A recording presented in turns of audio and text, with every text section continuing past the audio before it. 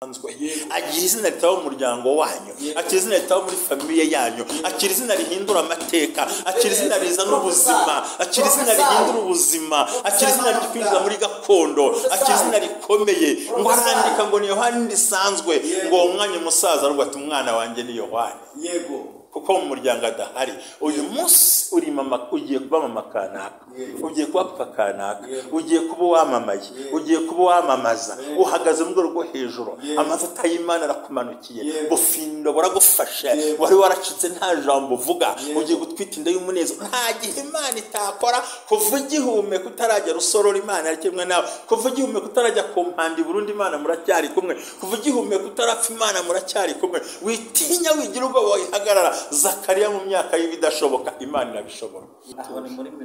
Ni muri 30 aho ngaho ndakugerera kuri 40. Kuri 40 n'abantu batangiye kwiyumva. Bakinja gusa ibitambo. Mutanga ngahe? Bazi guherekeza? Zena baramuzi? Zena umurima yahageze, aramubwira ati ndagukura ku nkokora ngushyire hagati y'imiba, kandi mwabihungu mwe mujye muha amazi mwavomye, umureka ajye hagati y'imiba anasokororemo.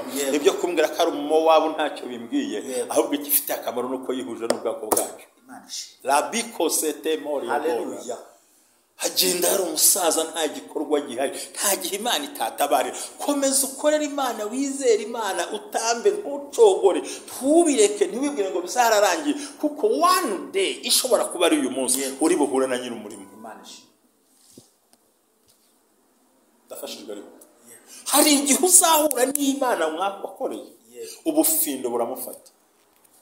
Nkundi yo Zaburi ngo ubufindo bw'Uwiteka bwangereye mu murima gusambi inogeye cyane. Kuba waravukiye kwa kanaka wa mugabo wambwiye, nanjye nkavukiye aho nakubwiye, twese ntabwo ari amahitamo, n'ubufindo bwadutayaho twisanga badata bitwa kuriya. Ariko ubufindo bw'Imana bwatugize abana b'Imana. Uyu munsi uri kameramani wemewe, uyu munsi urakorera Imana ntuvunitse. Iwanyu nta nugeza kamera, sibyo no gutunga telefone ngafotora ubukwe. Ariko uyu munsi baraguhamagara Manuel Potre Manuel. Urumva noneho abantu bari gutunga nimero, nta usabye ko atunga nimero. Imbabazi z'Imana n'umutima Uwiteka afite wo kudukunda no kutwitaho. Amahoro y'Imana bane namwe. Amahoro y'Imana bane nawe. Muraho neza mushumba. Ndaho ndashima Imana n'abantu bose. Ntabwo ushima Imana n'abantu bake? Ni bose. Ni bose. Mumeze neza? Ndashima Imana pe. Okay, Imana y'amahoro ishimwe kandi yahabwa icyubahiro uyu munsi. Aba keretse buriya kamera ibifasha. Ndagatinga ni igisamba. Oya bambe n'agacupa k'amazi se igisamba gute. Ariko ni urucupa, bivuge neza ngo ni urucupa rw'amazi. Tunazanye urucupa rw'amazi. Wajya gushaka ijerekani cy'amazi. Ndumva mu muhogo sinzi ukuntu hameze, ariko abantu bari burasirazuba, Uburengerazuba, Amajyepfo n'Amajyaruguru, umujyi wa Kigali na gatatu y'abadiaspora, Imana y'amahoro ibahe umugisha kandi bishimire mu izina rya Yesu Kristo wa Nazareti. Niba utameze neza, izere ko uri buze kumera neza. Kuba byo byonyine ugize imbaraga zo kumva ikiganiro, kuba udahwema gukurikirana umwe bw'abera ministries, nyabuna umva yuko hari icyo Imana yakora kandi ukagubwa neza. Mushumba ngo ikaze mu kiganiro cyacu cy'uyu munsi. Mbere yuko dutangira ikiganiro cy'uyu munsi kuwa kane, nagusohoka amazi gusenga Imana. Arakoze ko dusenga Imana data wa twese uhoraho, byiringiro byacu n'ijambo ngarukaho mwami. Niwe mahoro yanjye, niwe mahoro y'isi, niwe mahoro y'abantu bose bakwakiriye. Uri imbaraga zacu, agakiza kacu, uri umutwaro utwara abatwara, urashoboye mwami. Iki kiganiro tugiye kugirana cy'uyu munsi ku ijambo ryawe, reka ubwanze hagati muri twe, umwuka wera w'Imana akora ibitangaza, uturinde ibitekerezo bya muntu, ahubwo data uduha imbaraga zo kuvuga no gukora bijyanye n'uko dukoresha mu izina rya Yesu. Ndagushimiye mwami ko byumvise bwa Yesu Kristo mwami wacu. Amen. Amen. Twaganiriye ku gitabo cy'umuntu umushakazi w'Imana bita Esiteri, tuganira ku gitabo cya Rusi. Ejo nicyo twaganiriyeho, kandi ndabizi ko abantu bagiye banezezwa nuko twagendaga tuganira ayo magambo y'Imana. Umunsi wa none rero n'ubundi ndakuzana mu isezerano noneho rishya, kuko hari ibintu ntarasobanukirwa nanjye kandi nshaka kumenya. Aho umunsi wenda kubaza akabazo koroshye cyane. Ese muri Luka igice cya mbere, ubutumwa bwiza nk'uko bwanditswe na Luka igice cya mbere umurongo wa 18, Zakariya abaza marayika ati, ibyo nzabibwirwa n'iki ko ndi umusaza n'umugore wanjye akaba ari umukecuru?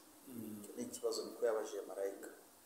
Ese mushu ni iki kintu cyangwa se ni mu buhe buryo Zakariya marayika w'umwami Imana yaje agahagarara mu gihe cyo gutamba akamubwira amagambo, bikagira n'igihe Zakariya mubajije mu mbese na ibyo byashoboka bite? Ni ryari ijambo ry'Imana rivuga ko bidashoboka ariko rikongera rikavuga ngo birashoboka? Ese ni iki Zakariya yagombaga gukora mu gihe marayika yaramubwiye gutya? Mu yandi magambo, ese hari igihe inyenyeri itakwaka y'umuntu? Hari aho bigera bikarangira kumva arihebye yuko hari Imana itazakora inyenyeri yamaze gutwarwa? Aho niho narengeye kugera. Inyenyeri y'umuntu ishobora kugenanye kubikoza ngo inyenyeri y'umuntu ishobora gusinzira cyangwa se ikazima burundu n'abantu bakabona yo kwazimye, kuko umukecuru yari ingumba ndetse na Zakariya ashaje, inyenyeri yabo y'urubyaro yari yarazimye ndetse pe, ariko marayika aje kuzijana. N'umusaza aravuga ati ibyo nabyemezwa n'iki cyangwa se byashoboka bite? Nzabibwirwa n'iki? Urakoze cyane. Bishoboka bite? Urakoze cyane Manuel. Mbere yuko ntangira kwinjira mu ijambo, reka nongere nshimire abavandimwe bo hirya no hino ku isi, abakurikira Ubumwe bw'Abera Ministries. Shimira abantu bose banyurwa, bakora subscribe, bakurikira, basharinga. Nongere ngusabe ngo kino kiganiro ntukikunde bigeze aho ngaho.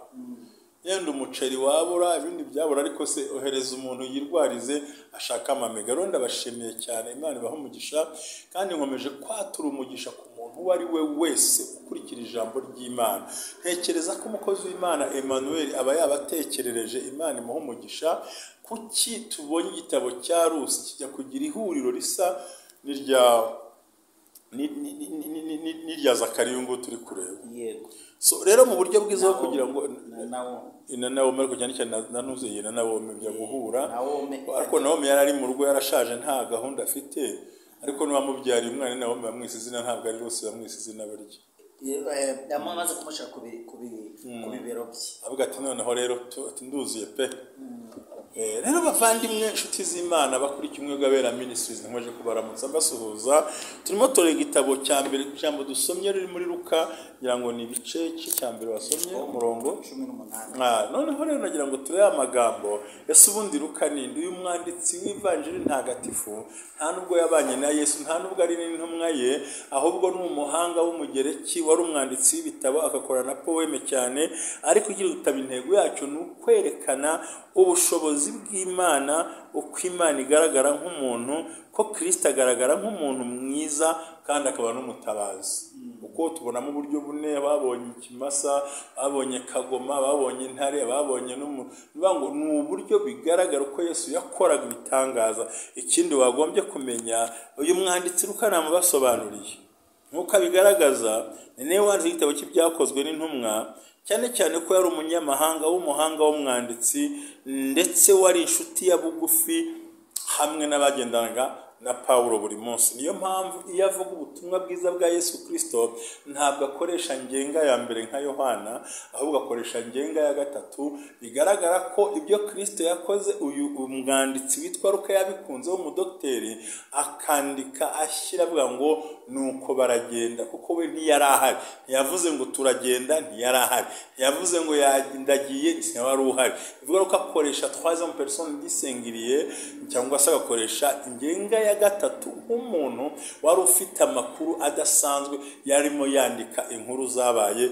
Uko baziraburuta mwese murabizi, za passive voice ko bazikoresha, active voice musko muyikoresha, hari hagiye ibindi buryo, aho ntabwo ariho tuje cyane. Iki ni kino gitabo mukwiye kumenya mukanagikurikirana cyane dusobanura, kuko ntabwo twabwira abantu gutyo gusa ntibamenye n'ubuhanga. Yego ibi nabyo bagomba kubimenya, kuko biri mu bintu mwege bagirira akamaro. Ni ukuvuga ngo ikindi turubuze kureba, igitabo cyanditswe mu mwaka wa 60 mbere y'ivuka rya Yesu, nyuma y'ivuka rya Yesu, ni nyuma y'ivuka rya Yesu. So Rwarongo yandikiraga witwa Theophile, umuntu ukundwa w'umunyamahanga n'ubundi. Yego. Noneho bandi bemeza ibitabo byemeza ni mu mwaka wa 60 nyuma y'ivuka rya Yesu. Kuko nusoma no murongo wa mbere, ni ku murongo wa kabiri niho abigera, noneho akabivuga neza. Akavuga ngo Theophile ukundwa. Hanyuma cyanditswe kugira ngo ifashe abantu bari mu bwami bw'Abaroma, hanyuma kikavugamo yego haranze nuko nanjye maze gukurikiranya byose neza mpereye ku bya mbere, nabonye ko ari byiza kubikwandikira uko bikurikiranye, wowe Theophile mwiza rwose. Sumva niyo mpamvu akoresha ngenga. We nubwo aya madini atangwa ni mutagatifu, ariko uyu nguyu ntahahura n'intumwa za Yesu Kristo. Ni umunyamahanga w'umudokiteri w'umwanditsi wa za poeme. Hanyuma rero arangije yandikiraga iki gitabo kivugamo abantu batari benshi cyane. Harimo Yesu uvugwa, harimo intumwa ze, harimo Yohani Batista, harimo Mariya, hakabaho na Mariya Madalena. Iri jambo ry'Imana yandikiraga no Betelehemu na Galilaya na Judeya. Ni byiza ko iyo twigisha aya magambo yumva, kugira ngo umenye timeline ikintu cyari gihari. Burya nuko Herode yatangiye kubara umwaka 37, burya Yesu ntiyavutse ku mwaka wa mbere ko mu bitekerezo, ni hagati ya 5 na 6 mbere yuko batangira kubara rimwe. Iyo mpamvu yo duserebura Noheli ntabwo ari tariki yo kuri yiwe, ahubwo abantu baricaye nkuko uyu munsi wavutse ntabone itariki bamushyize urupromiye janvier mu Rwanda. Cyangwa ndagishoje kandi ubwo ngubwo. Hanyuma rero hagati ngo Yesu aravuka, n'abantu ngo mu mwaka wa 5 no wa 4 nibwo bahungiye hehe, mu mwaka nibo bahungiye mu Egiputa. Mu mwaka wa 4 Herode aza gupfa, mu mwaka wa 3 Yesu agaruka i Nazareti, mu mwaka wa 6 no wa 7 Yesu nibwo bwa mbere agiye mu rusengero akiri umusore. Hanyuma mu myaka 14 uwitwe Tiberias zarahinduka umwami. Mu mwaka wa 25 nibwo uwitwa mu mwaka wa 25 mbere nyuma y'ivuka rya Yesu uwitwe hano mu batiza atangira kuvuga ubutumwa. Hanyuma muri 27 Yesu nawe atangira umurimo w'Imana. 24 atora intumwa, 29 Yesu agaburira mu 5, 29 muri 30 Yesu arapfa arazuka ajya mu ijuru. Uwo ni wo murongo tugiye gusoma. Impamvu mbivuga ndagira ngo ubihurizemo, kuko abenshi bavuga ngo musome muri Luka gusa tugakomeza muri Luka twigendera sasa. Warumbajije ikibazo ngo mbese koko hari igihe runaka ibintu birangira umuntu inyenyeri itatse? Nta nari mu gihumeka. Igihe cyose igihundana nawe, nta gihe Imana itakora, igomba ikora kandi izagora ikora. Imana nishimwe cyane. Ngira ngo mpumurize wowe umukecuru, wowe w'umusaza, wowe wari ugeze kure, ubwire ngo nta gihe inyenyeri y'umuntu itazaka. Mu gihe cyose utarisanga muri serikeye, mu gihe cyose utarapfa, inyenyeri yawe igomba kwaka, yakwatswa n'undi.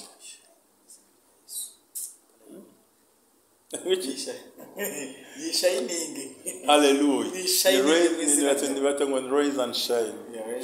Yeah. Nuvuga ngo icyo turimo tuvuga ahangaha rero umukozi w'Imana nk'uko twabonye neza uko inyenyeri yo kwa Esiteri yakiye hagati y'abagome igakuraho Hamani, ni nako inyenyeri y'uwitwa Nawomi yakiye ku witwa Rusi wari wihuje n'amavuta y'ubwami n'ubutware no kuba ngaho, arangije abyara Bowazi, Bowazi abyara Yesaya data wa twese uhoraho we, Dawidi we, reka turekeho byadutwara umwanya wacu. Aha naho Yohana umubatiza, nakunze ijambo ko uyu Zakariya twabonye baravuga ngo bari abakiranutsi bubaha Imana, bagendana n'Imana, ngo ndetse n'inyangamugayo, ariko nta mwana bagiraga. Biravuze ko ushobora kuba uri inyangamugayo ariko ntacyo urabona, ariko Imana ikubikiye ibizaza bizaturuka hanyuma rero nk'uko umukozi w'Imana Rusi twabonye w'umunyamahanga yagiye guhumba mu murima agahura na nyiri umurima witwa Bowazi, ni nako Zakariya yagiye ageze ku gihe cyo kugira ngo ajye gutamba, ngo ariko ngo agere aho atambira ahura n'Imana yahageze.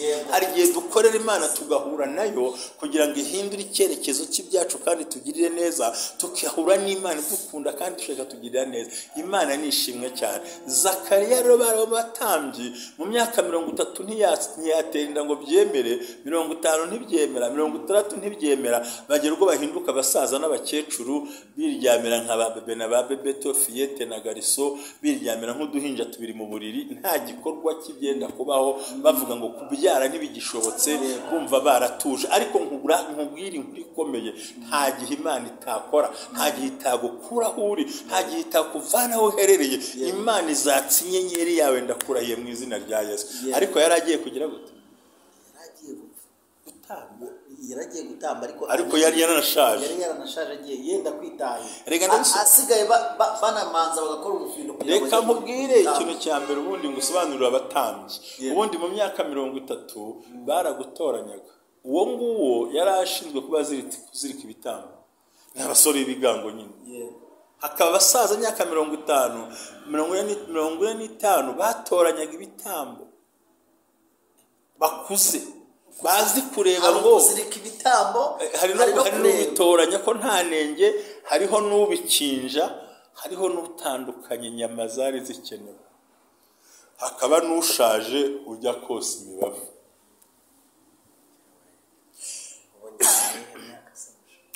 Niyo mpamvu izabona bavuga gutumwa b'imyaka 30 nta kintu atavuga,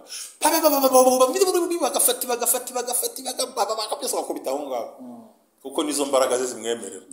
Arakubwira ati naragiye, ati congo yanjye sha wayibonye ndi umuceri ndahagasha, atariko Yesu arashoboye.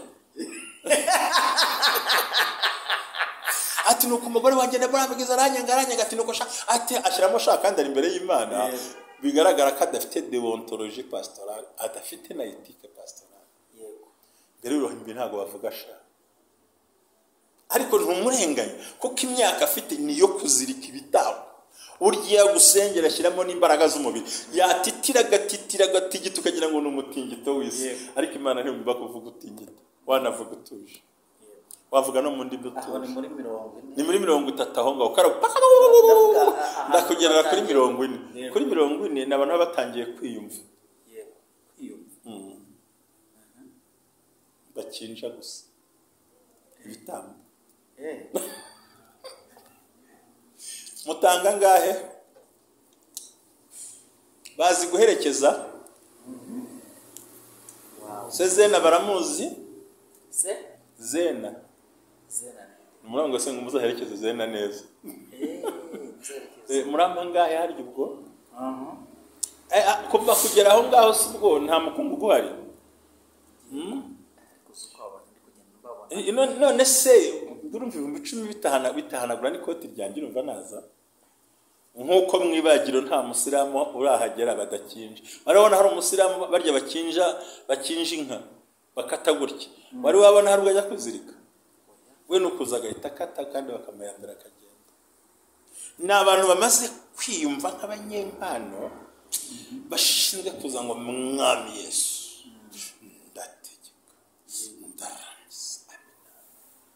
uwavuga urukora bazi cyane ntabwo bazi. Ndabazi arimo arareba muri telefone, niyo mpamvu atari manyumva. ndakure utazambuza ituro kandi narabaye ariko ni ijambo urimo ushakira kugira ngo ndibone ndabizi urumva abo bantu ngeze mu myaka nibyo nabibonye nabirebaga mu myaka 40 bari abantu bakunze gukinja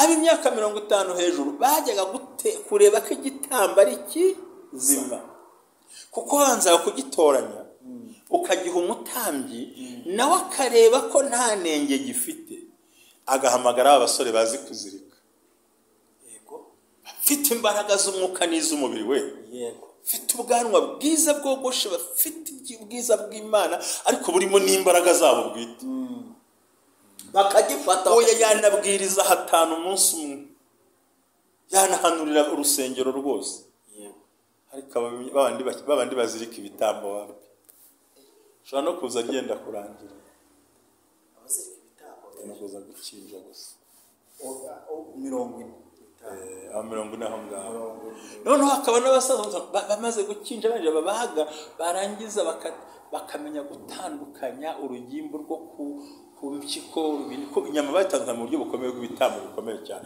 ukiretse igitambo cy'ibyaha nicyo botsanaga byose ariko ikindi gitambo kindi barajonjoraga noneho bakamenya neza aho batambye n'ibindi aho bakarangiza hakaba n'abasaza bagomba kugenzura ko umuhango w'igitambo wagenze neza arengeje iminota yanayimaze ati haleluya nyinshi ubundi isuku iryo jambo risobanura nyamara abo yasobanuriye bo bagize gute bafashijwe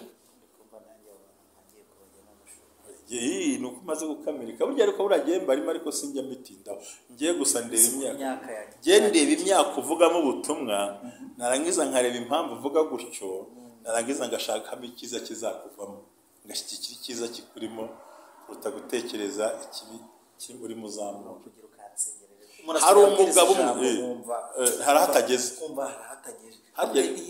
yazamukobwa cyakagira uburyo uhareka ivuga ati hasigaye ngiye kuhazamura ukamwihorera ukamwankuraje kubyo yagezeho ushaka kuba ari nta bumenyi ari cyo gihe atasomye atanabyumvise noneho yarangiza hari umugabo umwe ndamubwira inshuti yanjye n'umwarimu ahantu iwacu muri ADPR nigeze kumubwira nti ibyo system uri muzana nta mugisha izaguha kuko uri muri igana umuntu ahubwo reka Imana igukoreshe muri style yawe yego reka Imana igukoreshe mu buryo bwawe mu mvugo yawe muri to yawe mu isura yawe ni wigana undi muntu uzayoba iga gusobanura ijambo ushingiye kuri teoloji ushingiye ku byo usoma ariko ugira akantu kawe k'umwihariko ko kuvumbura ko kuzana innovation mu ijambo gukora umuntu aravumbura muri Bibiliya rero hakaba n'abandi bantu aho bapfuye burundu bo gutamba imibavu gusa wavuga haleluya imwatasi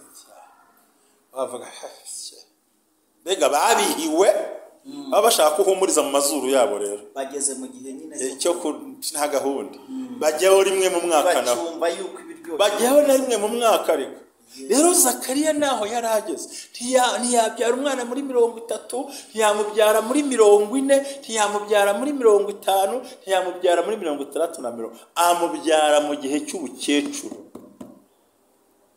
no kuvuga no gufata ka 55 ya menopause yo gucura ukongeraho nibura 35 cyangwa 40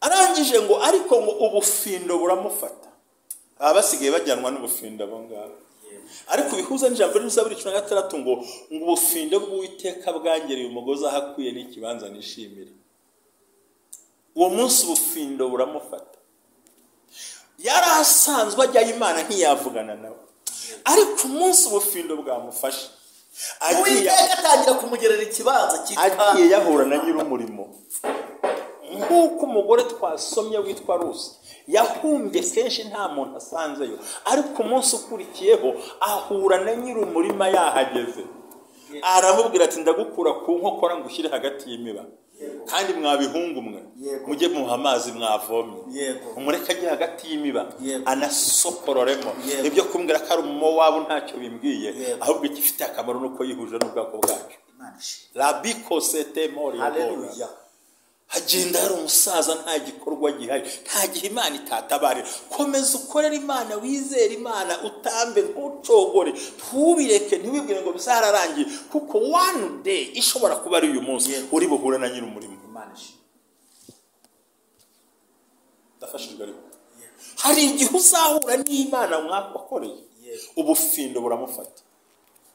Nkundi yo zaburi ngo ubufindo bw'Uwiteka bwangereye mu burimo usamba inogeye cyane. Kuba waravukiye kwa Kanaka wa mugabo wambwiye, nanjye nkavukira aho nakubwiye, twese ntabwo ari amahitamo, n'ubufindo bwadutayaho kisanga ba data bitwa kuriya, ariko ubufindo bw'Imana bwatugize abana b'Imana. Uyu munsi uri kameramani wemewe, uyu munsi urakorera Imana ntuvunitse. Iwanyu nta nugeza kamera, sibyo no gutunga telefone ngafotora ubukwe, ariko uyu munsi baraguhamagara Manuel Potre Manuel abaye Manuel. Urumva noneho abantu bari gutunga nimero ntawe usabye ko atunga nimero. Byose nguhamagara nawe uko nyifite nayisabye ndimo. Ugeze ku rwego abantu basaba nimero ya Manuel, ariko hari igihe ageze ku rwego wifuza no wahamagara ntumubone. Ndaza abantu batunga telefone hakaba no bahamagara akibipisha isi yose.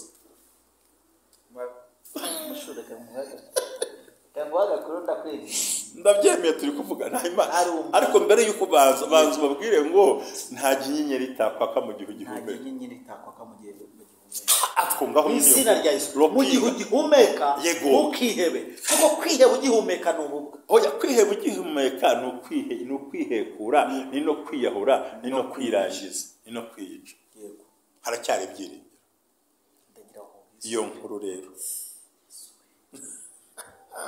use mvuge ngo nimbyishiraho ndaba mbeshya, ahubwo mugisha ukuri.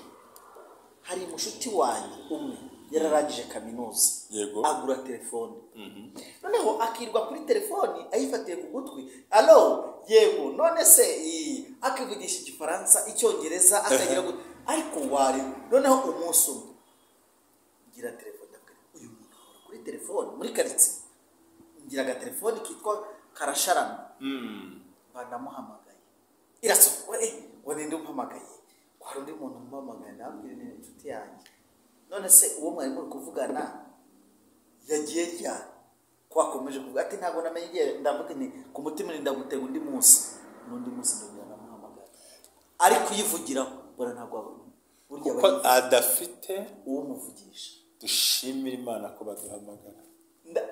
Aka kantu tugatangira ituro ry'ishimwe, nugera mu uzatanga ituro ry'ishimwe mu rusengero. Nuko ndashimira Imana ko uyu munsi bwira umuntu ngo buretse gato ndahuze ndi guhamagara, uvuye kuri telefone ebyiri kandi zose abantu barazishakisha. Ninde uyu munsi bwira ngo wari wahagarara ngo ngiye ngo ndumukameramani ngo nzi kumera, wari wabivuga kuri mze ngo ukore publicity? None se bazanwa n'iki? Yaraturokoye, yaratuzuye, ubwo twari twihebye, ubwo twari dusuzuguritse, ubwo bari baraturetse, inyenyeri yacu yaratse. Amen. Benefosike yabora. Ndi mu buhanuzi busobanura ngo irongeye iratse. Ariko wabyumvise? Nabyumvise. Ugasanga naramagara ari burayo umukozi w'Imana niraka, ariko agiye yageze gutunga nimero ukifuza no wakubipa. Ijambo rabyumva. Yego. Ahubwo tukanapostinga no kuri stati tukabona nta n'uwayirebye. Ngiye mu gihe ishyiraho stati ugasanga mu gihe gito 150 rigezeho, hakaba n'undi ushyiraho ntibizi. Ibyo byose dushatse kubivugira iki? Yaratwimanye ndekeye aho ngaho kuko nta muziki urimo. Yaratwimanye yebaba we, kuko Bibiliya iravuze ngo ubwo abanzi bacu baduhagurukiraga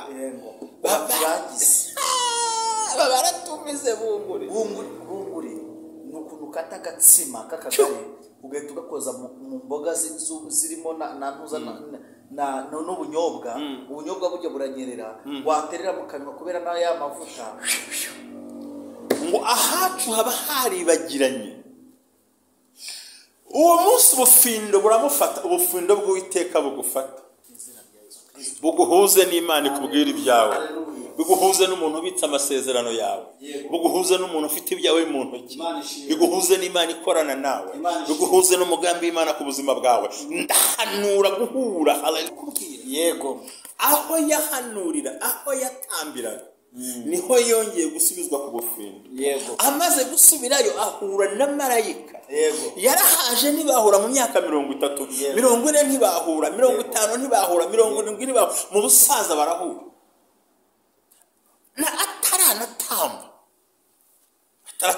ngo bagihura, marayika amubwira ijambo nakunze rikomeye cyane, amubwira ko azabyara umwana, amubwira n'izina, ngazaba umunezero w'abantu bose.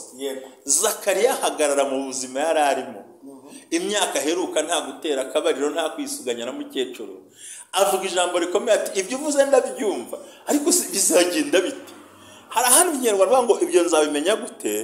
Ariko aravuga ngo Zakariya aravuga ati said to the angel, how can I be sure this will be happening? I am an old man. Nigute ibyo urabimpa gute? Urabihagararaho gute? Urushinge rwararyamye ni 12:30.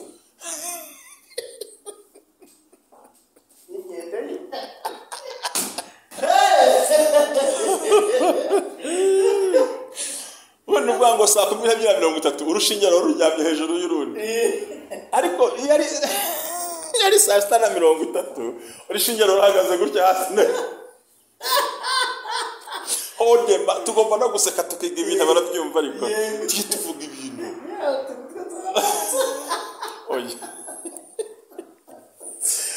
data we ntagira inyenyeri itakwaka, inyenyeri irongera iratse rwose. Nubwo umugabo yagutaye mu cyumba uryamaho, inyenyeri iratse aragarutse, inyenyeri itsa mu buzima. Aravuga ati ibyo bintu, aramubwira, nakunze mu Cyongereza, mu Kinyarwanda ngo nabimenya gute, ngo nako nzabimenya gute. Ariko hano haratubwiye ngo Zakariya said to the angel, how can I be sure this will happen?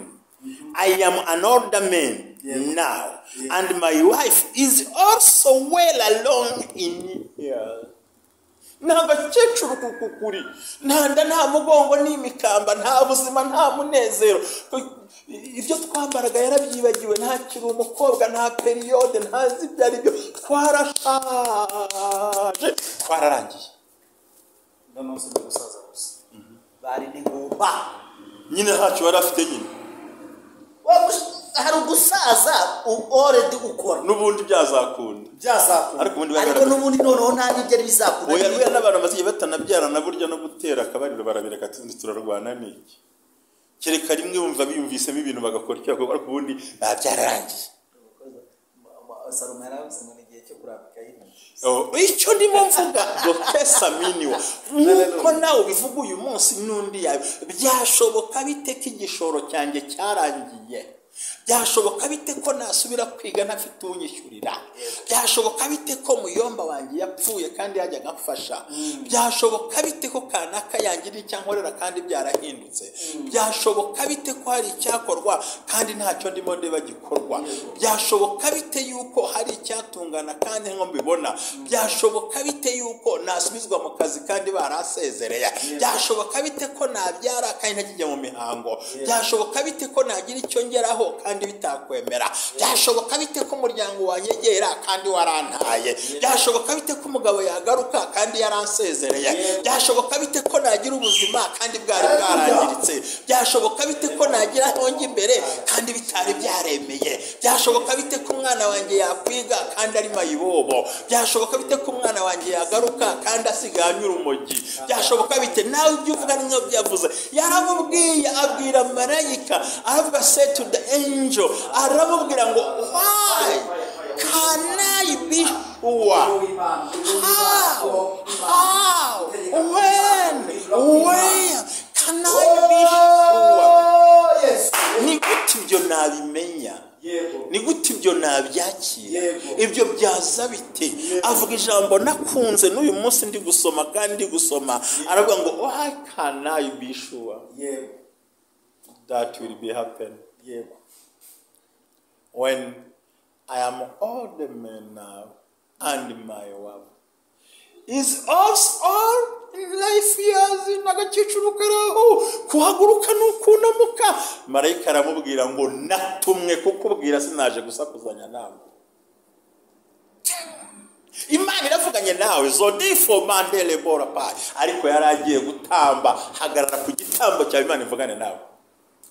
Shele mata yarakura byumva ariko ndabyumva. hagarara yamubwire ku gitambo. Ikindi cya kabiri, uriganyira ngo igishoro cyanjye cyarahombye ndetse n'uyu munsi wa none kurya birangoye. None ibyo nabyemezwa n'iki ko nakongera ngacuruza nkongera ngashora imari yanjye bikongera bikagenda neza kandi noneho no kurya bikomeye.